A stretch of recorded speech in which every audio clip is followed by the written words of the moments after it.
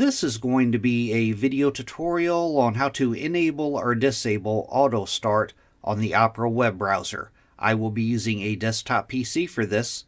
Let me jump over to my browser here.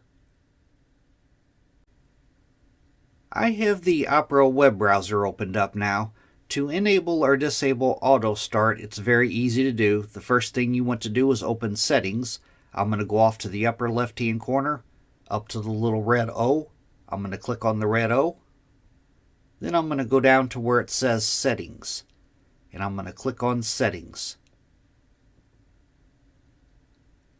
Now on the pane off to the left-hand side, I am on the Basic tab. And on the center pane, I'm going to scroll down to the very bottom to where it says On Startup. And right down here at the very bottom of that, Run when my computer starts. If this is toggled on, Opera will start when your computer starts. If it is toggled off, Opera will not start when your computer starts. That is how to enable or disable Autostart on the Opera web browser. Thanks for watching.